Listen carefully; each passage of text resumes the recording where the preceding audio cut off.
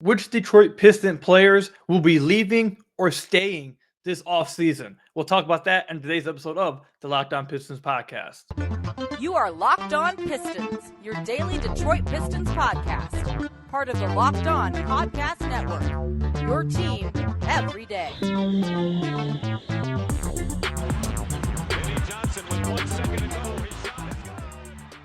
What's the deal? Welcome back to another episode of the Locked On Pistons podcast. Per usual, I'm your host, Kuka Hill. You can find me over on Twitter at Kuka Hill. And I want to thank you guys for making Locked On Pistons your first listen of every single day. We're free and available on all your podcast platforms. And if you haven't already, or if you're one of the 50% of the people who are watching this on YouTube and haven't hit that subscribe button already, make sure you guys go ahead and do that for me. We're on our road to 3,000 subscribers, continuing to show Locked On that we have the best and fastest growing fan base at the Locked On Network. So again, if you haven't already, Locked On Pistons YouTube channel, hit that subscribe button. I'd really appreciate it. Two things before we get into the episode. One, some of you guys have pointed out that this beanie that I'm wearing, they're Packers colors. This is a Packers beanie. I need to take it off. One, funny joke. Two, it's not Packers. It's just the colors of the Locked On Network. I would not dare wear no Green Bay Packers anything. I'd rather be dead. You wouldn't catch me doing that, okay? That's first. Second, this episode, we're going to be talking about players that I believe could be staying and could be leaving this offseason from the Detroit Pistons roster. And I just want to say that this list, and we probably will do this podcast, this type of episode multiple times this offseason because things will change it. The draft, free agency, potential trades, potential rumors. We'll probably do this kind of thing, I don't know, maybe 2 or 3 times this offseason because things, like I said, will change it. So this will not be the only time we do something like this. But let's go ahead and do it for the first time. So let's go ahead and just get the easy ones out the way, okay? I think it's very clear, obviously, that there's a few ones that are absolutely going to be here. Cade Cunningham, obviously.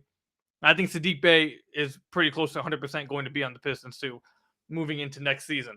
Now, after that, that's when it gets pretty fun. And literally, I think you could do this with the entire roster. I don't think anyone else outside of those two guys are near 100%. I think there's some guys that are around like 90%, something like that. But I don't think anyone else on the roster is close to 100% like they are. Like Cade's 100%, Sadiq's like 99.9%. So let's go ahead and go through the roster. And the first person we're going to talk about is Marvin Bagley. Marvin Bagley, I think if I had to pick between stay or leave, I think he's staying for a few reasons. We've talked about this on the podcast a few times, and something that Marvin Bagley said himself after the season and during the season, something that Troy Weaver talked about after the season in his little exit interview, and even Dwayne Casey. This is just a match made in heaven. Both sides want to be here. Troy Weaver, front office, organization wants Marvin Bagley here. Marvin Bagley would like to stay with the Pistons. He is a good fit with the roster. He's talked about many times after the season how he hadn't played with playmaking guards like Killian Hayes, like Cade Cunningham, who would get him the ball in easy spots for him to just use his athleticism and his finishing around the rim. I think he really likes it here. This is a great fit for him. This is a great place for him to try, show that he was not worthy of the number 2 overall pick, but worthy of a lottery pick, and he's going to be a really damn good player in this league moving forward. I think the match is just made in heaven for what the Pistons need and what he wants in his career at this point. So if I had to pick stay or leave, I think he stays. And I think the fact that we've already seen rumors that the Pistons are looking to get him a 3-year contract, they're probably talking about it right now. They're probably talking about it before free agency. I think it's incredibly likely that as soon as it hits 12:01 at free agency, July 1st? I think as soon as it hits 12:01, you'll see a free agency notification from Woj or Shams saying Pistons and Marvin Bagley agreed to a 3-year deal, keeping him in Detroit, blah, blah. So I think Marvin Bagley stays, even though there is a possibility that he may leave if it's like a bidding war or something. But I don't see that happening. Next person that we'll talk about here is Killian Hayes. I think Killian Hayes is one of those guys that's like around 90%. I don't think he's going anywhere. Could he be a throw-in to like a big trade? Yeah, but I don't think the Pistons, and we talked about this on the last episode, 2 episodes ago. I think we talked about it in almost all episodes last week, that I don't foresee the Pistons making a big trade this offseason. I don't think that they're at that stage of their restore thus far to where they should be taking big swings. I think they're still restoring. They're still trying to accumulate talent, young talent. They want to keep somewhat of roster flexibility with the salary cap. And I just don't think their players are ready yet to try and make that kind of push. So I don't see them making a big trade this offseason. So that kind of rules out that right there. And two, I don't think the Pistons are going to be like trying to shop Killian Hayes. I don't think Troy Weaver will really be wanting to get rid of Killian Hayes. This is a point that I used with Sekou Doumbouya 2 years, or what was it, last year? Maybe I missed it with this mark, but my overall point with Sekou was you started to see him turn the corner in the second half of the season. Why would you want to get rid of him once it finally seems like he's figuring it out? Well, in that case, Sekou was not Troy Weaver's guy. He was the previous regime's guy. Even though I don't know how involved that's Stefanski and all those guys. They're still in the front office, but I don't know how. It's weird. I don't know how involved they are still. But either way, it wasn't his guy. It wasn't his pick. So that I probably should have saw that coming. Killian Hayes, though, is his guy. That's his first pick. That was his lottery pick. That was his first pick as a Detroit Pistons GM. The 7th overall pick. There was a lot of hype behind Killian Hayes, and Killian Hayes had struggled until like the last month and a half of the season when he looked like he really was starting to turn a corner, and really the last few weeks of the season where it really started to pick up. We talked about after the deadline how he looked more aggressive. He was looking like he was starting to figure some things out. It wasn't translating directly to the box score, but it looked like he was figuring things out. But then really the last few weeks, it really was a strip contributing to the box score. He scored in double figures in like 10 of his last 11 games. He was playing excellent basketball along with his 28-point game against the Oklahoma City Thunder. He was playing really well. So in this case, I think it really does apply. It's just a perfect fit that once Killian Hayes, he's starting to figure it out. You've waited 98 career games. You guys want to use 2 years. He's been in the NBA, sure. But 98 career games for him to try to figure it out. Now it finally looked like the last month and a half of the season that he may actually figure it out. And he's looking like the kind of guy that you wanted to draft at that 7th overall pick. And giving you more belief in him than he's probably ever given you at any point in his NBA career. I doubt at that point is when Troy Weaver wants to say, okay, we'll consider moving him. I highly doubt that. To be honest, I've said that on the podcast before. I don't think Troy Weaver feels as good about his pick of Killian Hayes as he feels right now. Like his first season, he was probably feeling it a little bit. Beginning of the second season, he was probably, once Killian had that thumb injury, he was probably feeling it a little bit. I don't think he's probably smiling right now in his offers with how Killian played the last month and a half. He's never felt as good as he's felt right now about Killian Hayes. So that's why I just don't see Killian Hayes possibly not being on the roster next year. So I'd say Killian Hayes stays, and he will be on the Detroit Pistons roster come opening night and for future years to come, to be honest. When we come back, we'll get through the rest of the roster. But until then, I have to tell you guys about one of our sponsors, BetOnline.net. BetOnline.net is your number one source for all your sports betting stats and sports info. Find all of the latest sports developments, league reviews, and news, including this year's basketball playoffs, Major League Baseball, and this weekend's run to the Roses as the Kentucky Derby back. BetOnline is your continued source for all your sports wagering information from live betting to playoffs, esports, and more. Head to the website today or use your mobile device to learn more about their trends in action today. And if you head over to BetOnline.net, you will see that they have baseball, basketball, but also boxing, football, golf, hockey, horse racing, martial arts, soccer, and tennis. Really, it's just about every sport you could possibly think of over at BetOnline.net. And I am sorry I led you guys astray last time. I told you guys to take the plus 157 on the Milwaukee Bucks. This upcoming game, they are minus 145 against the Boston Celtics on May 7th. They're going to be at home. I'm still going to take the Bucks. I think at minus 145, I think they are the best money line to take on Tuesday, or on Thursday, I should say. That's why I suggest you guys to go there.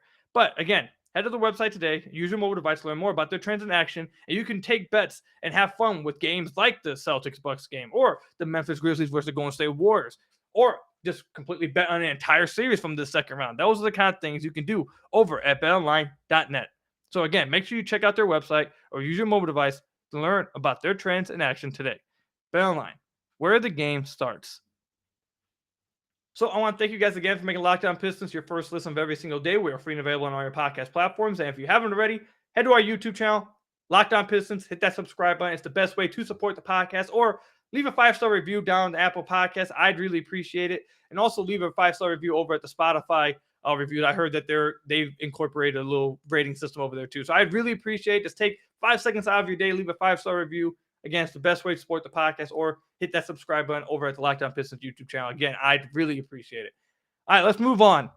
Next, we're going to talk about Luka Garza. I think Luka Garza, I think he stays. He's not going to be a big part of what's going on with the Pistons. I don't think he's a big deal or anything, but I think he's just going to continue to fill out the end of the bench, at least this upcoming season, just play in the G League a lot. So I think Luka Garza stays for that reason. Next person I want to talk about, Corey Joseph. I think Corey Joseph stays because he has this player option that the Pistons gave him. I don't know why he got a player option. That was a little questionable. But I think he stays. I think he's a veteran backup point guard, third point guard potentially, depending on how like Killian Hayes and the Cade Cunningham situation works and whoever they draft with their top pick and what they do in free agency. Killian Hayes could maybe get a chance to start again alongside Cade. Then Killian Hayes could possibly also be the backup point guard, which would then bump Corey Joseph the backup point guard. So who knows? But I think he's a good veteran backup point guard or third point guard, like I just said. And Dwayne Casey really likes him. He's familiar with the system. And the players seem to like him as well as a veteran presence in the locker room. So I think he stays, even though I'm not sure about him having any kind of like legitimate role. And I could see him getting traded during the season next year. However, I think going into the season, he'll stay for that veteran presence and how familiar he is with Dwayne Casey's system, how they view him in that locker room. So I think Corey Joseph stays. I know you guys are probably sitting there thinking, well, damn, is anybody leaving? You've done such stay to almost everybody. We'll get there. Next, Isaiah Livers. I think he stays. I don't think he's going nowhere, obviously. I think they like what they've got with him. If they're taking a big swing, like I said in the first segment, if they're taking a big swing on a trade, then I could potentially see like some of these guys getting thrown in. Isaiah Livers, Killian Hayes. We'll talk about him moving forward, but Isaiah Stewart. Like some of these guys, I could see them getting thrown in, but I don't see a big trade coming. So I think Isaiah Livers stays as well. Isaiah Stewart. I think Isaiah Stewart also stays. I don't think he's going anywhere. The organization obviously really loves him. He started to show a little bit more progression in offense like the last 5 games of the year. I'm not looking at that really at all. I'm old enough to remember the year before then when he did the same thing. But overall, the team likes him. At the very least, he's a very good backup to have at center, and he's only 20 years old. I don't see the Pistons moving on from him or trading him this offseason. I don't see that happening. So he stays. All right. For the best of you guys, for like the best of you guys listening and want to have an entertaining podcast, I think we're done with the stays. I think everyone else I'm going to say here is leave. I could be wrong, but I'm pretty sure everyone else I'm going to say is leave. So the first person that we're going to talk about that leaves, Frank Jackson. I think Frank Jackson's gone for this reason and this reason only. He just didn't play well this past season. He didn't play well. I know he just turned 24 years old. His birthday was yesterday. But he just didn't play very well. Last season, or 2 seasons ago, I should say, he shot 40% from deep with the Pistons. However, we said it on the podcast a few times, it was only in 40 games. All the other years that he's been in the NBA, first year, 31% from deep. Second year, 32% from deep. And then this past year for the Pistons, back to 30% from deep. So I think there's enough of a sample size to see that was probably an outlier that first season he was with Detroit. Now, is he a 30% three-point shooter? I really don't think so. I think he's a better shooter than that. He's a more confident shooter than that. His form looks nice. I really think he's probably around like really a 35% shooter. He just hasn't really shown that consistently throughout his NBA career. So the fact that he just didn't play well, he took a major step back. He dealt with some injuries, obviously. He had COVID and all that stuff, but he just didn't play well this year. Definitely did not live up to some of the expectations that some people had for him coming off that season last year. So I think he leaves this offseason. I don't think the Pistons should pick up his option. If they do pick up this option, I think it should be to trade him somewhere else. And that will transition us actually into the next guy. There's something else I want to do with Frank Jackson and this upcoming guy, Hamidou Diallo, and kind of turn it into a little topic. But Hamidou Diallo, I also think, will be let go as well. I think he'll leave this offseason. I don't think the Pistons should pick up his option. If they do, I think it should be to trade them for this reason. Hamidou Diallo, and we've talked about it on the podcast multiple times, he's just a hard guy to really like have him be a mainstay in your rotation. I've said this over and over about the way to describe him. He's just a ball of fire, and you have to let him go. You can't contain that. If you contain it, he's not going to impact the game at all. The problem is if you let him go as that ball of fire, he has the possibility to negatively impact the game a lot. He's not very good off-ball defensively. He's probably one of the worst off-ball defenders I've seen in a minute. He's inconsistent as a point of attack defender. Offensively, he can't shoot at all, and he usually requires the ball in his hands to do anything offensively. He'll every now and then get some cuts to the rim or some baseline dunker spot type of things, but he needs the ball in his hands to do stuff. He's not a very good playmaker. When he gets the ball in his hands, he's only looking to score, so it results in a lot of tough shots that he takes. overall, he's just a tough player to have as a mainstay in your rotation. And I think with these two guys, they basically were guys that Pistons took chances on that were young guys, they're cheap, and want to see if they could turn them into something, turn them into rotational players. Have they been better than they previously thought before they were brought to the Pistons? I think so. Frank Jackson, I thought, was a nice find on the two-way contract. I think Hamidou Diallo has been fine, been okay for the Pistons after trading for him. However, I don't think neither of them have been good enough to bring back. And this is where I wanted to take it. There's some guys in free agency that I would just like cycle through them. We've said there on the podcast, I believe last week, these spots at the end of your rotation, at the end of the bench for these cheap young guys, until you feel like you've really hit on one, you should just keep rotating them with other guys you possibly think could become rotational players. One of you guys tweeted at me and said, look at what New Orleans did with Jose Alvarado. They kept swinging. They found Jose Alvarado. Now they got like a 4-year. He's getting paid like $2 million a year. I don't know how they got away with paying him that much, but you guys get the point. And in free agency, there's a few guys that I'd honestly be interested in bringing along. Gary Harris. I'd be interested in bringing him along, bringing him off the bench. He's going to be around 28 years old. I think he's a fine player. He's not what he was earlier in Denver because of his injuries, but I think he's still a fine player, and he would fit what the Pistons need. That's one. Tyus Jones. I really think he would be a really good backup point guard if you want to start Killian Hayes at shooting guard again, or if you want to have Killian Hayes and him running the backcourt off the bench. I don't know, but I think Tyus Jones is a really good potential person to pick up there. Those are some guys right there that I just think would be, good guys to cycle in and out. Dante DiVincenzo, I know some of you guys have pointed him out. I think that would be a good guy to go after if you really wanted to upgrade that. I think he would probably be the best one out of all of them, to be honest. But I think he might be a little bit too much expensive. And another dude, Lonnie Walker. I think Lonnie Walker could be a guy you want to try to cycle through. Now, he's a restricted free agent, so I don't know if you'd get him from San Antonio. But there's just guys. This is basically what I'm saying. There's guys in free agency that you can just recycle these guys, Frank Jackson and Hamidou Diallo, with that you think could possibly play better and have a better chance of being in the rotation moving forward. I think you pretty much know what both of these guys are going to be. I think you got an idea of where they're going to be at. And I don't think where they're at or where they're going to be at is something the Pistons should want to keep, to be honest. Now, again, I don't think it's going to be some crippling move if they do decide to keep them. And if they do pick up their options, I think they could be traded or involved in like a Jeremy Grant trade or possibly a Kelly Olynyk trade, whatever. But overall, there's free agents in the open market. If the Pistons don't get some big free agent, which is fine, I think there's enough guys like that you can cycle through that will fit the roster fine, provide outside shooting, maybe some defense, and fill out some things better for the Pistons moving into next year to try to win some more games than Hamidou Diallo and Frank Jackson. For that reason, I'm out. If you guys watch Shark Tank, you guys know what that is. But I'm saying that I think both of them leave. If I was the GM, I'd let them both go and replace some of these guys. When we come back, we'll finish out the roster of guys I think will be staying or who will be leaving. But first, I had to tell you guys about another one of our sponsors, Rock Auto. With the ever-increasing number of makes and models, it's now impossible for your local chain auto parts store to stock all the parts that you need. Why endure often pointless and seemingly intimidating questioning, like is your Odyssey an LX or an EX, and wait while the person behind the counter orders the parts on their computer, choosing the only brand that their warehouse happens to carry? You have computers with access to rockauto.com at home or in your pocket. Save time and money when you're using Rock Auto. Why choose to spend 30%, 50%, even 100% more for the same parts from a chain store or car dealership? For example, a Honda Odyssey fuel pump is $353 from a chain store. However, but it's just $216 from Rock Auto. Rock Auto is a family business full of doing it yourselves for over 20 years. Rock Auto prices are reliably low for every single customer. They have everything you could possibly need, from brake parts, tail lamps, motor oil, and even new carpet. Go explore their easy-to-use website today to find the solution to your auto parts needs. Go to rockauto.com right now and see all the parts available for your car or truck. Make sure you write Locked On in your How Did You Hear About box so you know that we sent you. Again, go to rockauto.com and make sure you write Locked On in their How Did You Hear About Us box so you know that we sent you. Amazing selection, reliably low prices, all the parts your car will ever need. rockauto.com.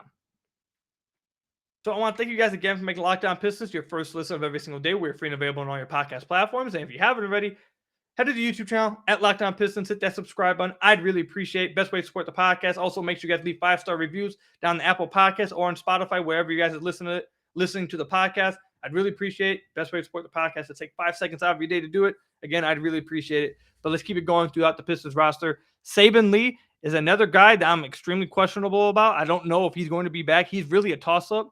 I know he was part of Troy Weaver's initial draft class, so that might keep him around one more year just to play in the G League and stuff. But I think a lot of people see that he's probably not going to be a backup point guard right now. I don't know if he'll ever be it. He seems like he's in that area of just being too athletic for the G League, not good enough for the NBA. He might need to go over and spend some time in overseas. So if I had to take a guess, it is a toss-up, but if I had to take a guess, I think he leaves. Again, I think you could bring back Corey Joseph and sign one of those guys I just mentioned, maybe Tyus Jones, one of these other guards, to be the backup point guard, depending on what you do in the draft. If Killian Hayes is going to start shooting guard again, is he going to be the backup point guard? And if he is the backup point guard, your third point guard, you probably would want to be a veteran presence, which is Corey Joseph. So I can see Saben Lee not being on the roster next year. I'll go ahead and say that he won't be here. That's going to be my guess. I'll just say he won't be here. Ronnie Magruder. I think Ronnie Magruder will be on the team next year. Team really loves him. He's a great veteran presence. And to be honest, he played really well when he was thrown into action. Team loves him. Coaching staff loves him. He sets the standard for the team. I really like his veteran leadership. It's a difference from having a veteran who can't play trying to tell you what to do. Ronnie Magruder went out there and showed that he can play and he can be a veteran. That's big. I think they should make it a priority to bring him back and let him be a veteran presence in that locker room. I think that's important. I think they found the right veteran to have in that role in Ronnie Magruder. So not going to lie, I honestly would make it a priority to bring him back. No joke. I'm not joking. I know you guys probably laughing. Ronnie Magruder, priority to bring back. I think he's important. I think he plays an important role for like young team. I think they found their veteran. I think he should come back. Jamarco Pickett. Some of these two-way guys, I'm not going to talk about them because their situation's a little bit more murkier. I'm going to assume that a lot of them just won't come back, like Braxton Key and Carson Edwards, like these guys. I really don't think any of them have any like legit future with the Pistons. I don't think anyone really cares that much about them. And again, their situation is a lot more murkier than just simply pick up a team option or it's just a little bit more confusing. So I'm not going to really comment on them, even though my overall guess would probably be all of them leave and they recycle them too. Next guy I want to talk about is Kelly Olynyk. So Kelly Olynyk, I think, is the final guy here. Let me make sure I didn't skip anybody. I didn't skip nobody, did I? Yeah. Okay, so Kelly Olynyk, I did this right. I wanted to end off with Kelly Olynyk. I'm going to take I don't know if this is a hot take or semi-mild hot take or whatever. I think Kelly Olynyk is gone next year. Here's my reasoning. One, I think Troy Weaver realized this, and he didn't come out and say that his Kelly Olynyk signing was bad. He didn't even say nothing bad about Kelly Olynyk, but he did say that he did not have enough athleticism and vertical threat in the big man room after the season. We've talked about on the podcast about how much I respected him being upfront and being able to self-reflect and criticize himself and know he has to get better in something.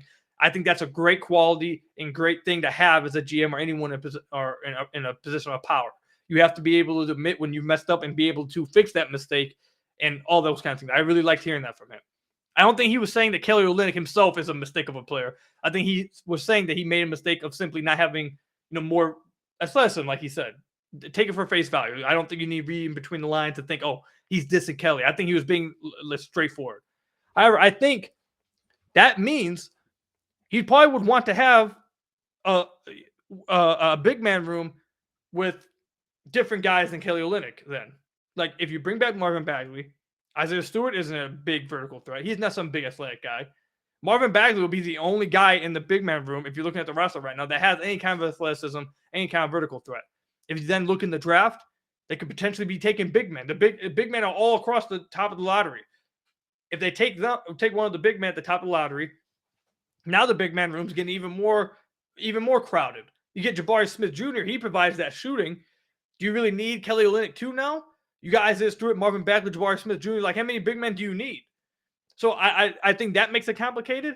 And then also in free agency, I could see them going after a Mitchell Robinson. I could see them going after some of these other big men or some cheaper big men that could be, more, like I said, vertical threats or more athletic. They've been linked to DeAndre Ayton. We'll see if he actually gets if that's something the Pistons actually pursue. I doubt it.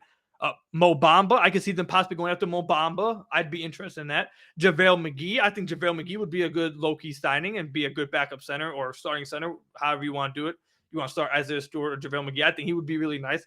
Low-key, another nice veteran that I think would be okay to have as a backup center, as like just a stopgap backup center. Robin Lopez for the cheap. Gorgie Zhang. I think Gorgie Zhang could possibly be an okay piece. So I think there's just different pieces in free agency. And Bobo, the Pistons traded for Bobo. He's not a center, but I just saw his name on the center list. I just wanted to mention real quick. Bobo, the Pistons initially traded for him and he got hurt. Now they vetoed that trade, but I don't know if that means that they just aren't interested in him at all in the future. Now I think maybe that meant they thought, okay, maybe we can go get him in free agency. Maybe we can give him cheaper now in free agency eventually when that time comes. So I don't rule out them possibly getting Bobo this offseason. I know he's not a center technically, but he was on the center list on free agency. So his name jumped off the board. I wanted to comment real quick. And then, like I've said, Andre Drummond before as well. I could see him coming to the team. I've seen some of you guys on Twitter starting to go after Isaiah Hartenstein as a possibly backup center. Like, there's just a lot of options is my overall point to fill out that backup center role that I think probably would provide more of what the Pistons want in that front court. And then basically, and I'm kind of skipped over this big point. Kelly Olynyk is still under contract. It's not like he's a free agent upcoming season. They can just say, we don't want to bring him back. I think he's going to be traded. I think he's a contract that is not a bad contract. And I think he would fit really well on a team trying to compete. I don't think he's like a bad fit in the Pistons. I don't think that this was some horrific sign that Troy Weaver needs to be bashed over. I'm not saying that. If he stayed on the team, it's not a big deal. But I think he's a tradable contract. I think he would probably provide more for a winning team. A winning team probably would like to have his services, his spacing at that position, his playmaking. And the Pistons, I think, would probably like to have something different. They got to see a season's worth. Not really, because he dealt with some injuries, but they got to see a season's worth of this roster. I think everyone that has eyes sees that they need vertical threats. They need athleticism in the front court. Would you take shooting and athleticism? Sure. But you're not going to be able to get both of those. So if you had to pick one, I think a lot of people see that literally adding a Lofton and Marvin Bagley at All-Star break literally turned this team. Now, it wasn't just Marvin Bagley, but it definitely was a big part of it. Turned this to a team that was close to 500 after that. They played really good basketball after that, simply because they finally had a lob threat. So I think Troy Weaver realizes that and admitted it. I think Dwayne Casey realizes it. I've been known this. I think a lot of us in the Pistons community sees that as well. So I think they just want to go a different route with Kelly Olynyk. I think teams would want Kelly Olynyk in trades. I think they could get something for him. Maybe not I'm not saying like a first rounder or anything, but I think they could get a trade off for him from a team that really would like to have his services, like a contending team or playoff team. And then they can just fill in with like some of these guys I just said that would provide a little bit more athleticism, length, a vertical threat around the rim. All the names I mentioned. So yeah, if I had to predict, I don't know. Again, I don't know if this is a hot take or mild take, whatever you want to call it. It might even be a cold take. Maybe all you guys agree with that. You guys all have been saying that already. I don't know. But I would guess that Kelly Olynyk is gone next season. So that's all I've got for you guys today. Let me know in the comment section down below what you guys think about this. Who do you guys think is staying and leaving? Go through the whole roster. Let me know who you guys think stays. Who do you guys think leaves? Do you guys think that the Pistons will actually trade Kelly Olynyk? Do you guys think the Pistons? Oh, and we mentioned Jeremy. I didn't mention Jeremy Grant. Jeremy Grant's getting traded. We've talked about him multiple times on the podcast. I just assumed that we all thought he was being traded. How did I miss Jeremy Grant? Either way, we've talked about Jeremy Grant enough on the podcast. I think that's a fine miss to have. We've literally, like the last 2 weeks, we've talked about how he's going to be traded a lot. So I think you guys know where I was at with that. Anyways, thank you guys for listening today. Thank you for making Locked On Pistons your first listen of every single day. We are free and available on all your podcast platforms. Make sure you guys are checking out Locked On NBA, making that your second listen of every single day, from the first jump ball of the play-in tournament to the last possession of the finals. Locked On NBA host taking you deep inside the NBA playoffs, 30 minutes Monday through Friday. Make sure you guys are making that your second listen every single day. Again, make sure you guys are going over to Twitter at Kuka Hill, tweeting at me who you guys think is staying and leaving, or in the comment section down below in the YouTube comments. I'd like to hear you guys' thoughts. And until the next episode, I'll see you guys later. Peace out, everybody, and stay safe.